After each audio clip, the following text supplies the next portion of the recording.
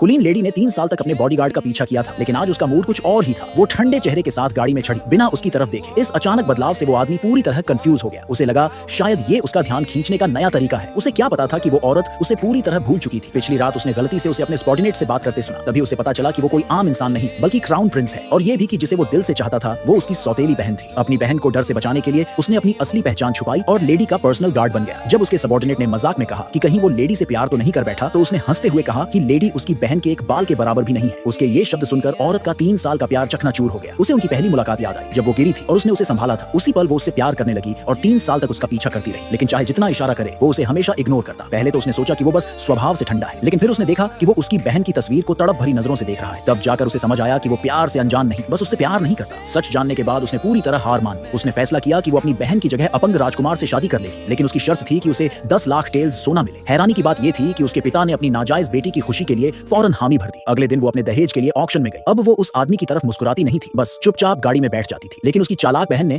उसे आसानी से जाने नहीं दिया। जो भी चीज औरत को पसंद आती, बहन दोगुनी कीमत लगाकर छीन लेती। पहले के वक्त में औरत शायद हार मान लेती, लेकिन अब जब उसके पास अपनी दौलत थी तो वो पीछे नहीं हटी। बहन ने टक्कर लेना जारी रखा, लेकिन जब उसे पता चला कि उसके पास पैसे खत्म हो चुके हैं तो उसका चेहरा गुस्से से लाल हो गया। औरत को लगा कि अब खेल खत्म, लेकिन तभी वो आदमी सामने आया। उसने अपने सबॉर्डिनेट को इशारा किया और क्राउन प्रिंस के ऐड होने का रौब दिखाकर बहन का साथ दिया। इससे बहन बिना रुकावट बोली लगाती रही। ऑक्शन के अंत तक औरत के हाथ कुछ नहीं आया। उसने अपना गुस्सा दबाया और अकेले नाइट मार्केट चली गई, लेकिन उस आदमी ने जबरदस्ती बहन को भी साथ लाने पर मजबूर किया। मार्केट में औरत अकेले आगे चल रही थी। आदमी की नजरें सिर्फ उसकी बहन पर टिकी थी। अचानक एक पागल घोड़ा भीड़ को चीरता हुआ आया। औरत ने फौरन मदद के लिए अपनी सीटी बजाई, लेकिन आदमी ने पलटकर बहन को गोद में उठाया और भाग गया, औरत को वहीं रौंदने के लिए छोड़कर। फिर भी उसे जरा भी गिल्ट नहीं हुआ। जब औरत बेहोश पड़ी थी वो बहन को ढांढस बंधाता रहा। दिल टूटी औरत ने नौकरों को पैडल लाने का हुक्म दिया ताकि उसके धोखे की सजा दी जा सके, लेकिन बहन बीच में कूद पड़ी और उसे बचाने लगी। आदमी ने अपनी प्यारी को चोट खाते देखा तो औरत को सिर्फ नफरत भरी नजरों से देखा। उसने सोचा कि बस अब सब खत्म, लेकिन आदमी ने लोगों को भेजकर उसे अगवा करवा लिया। उसे शहर के बाहर एक खंडहर मंदिर में घसीटा गया और 100 कोड़े मारे गए। जल्द ही बहन का बर्थडे बैंक्वेट आया। वहां बहन ने सबके सामने अपने ड्रीम पार्टनर की खूबियां गिनाई। आदमी बड़े ध्यान से सुनता रहा और क्राउन प्रिंस की हैसियत से ढेर सारे गिफ्ट्स भेजे,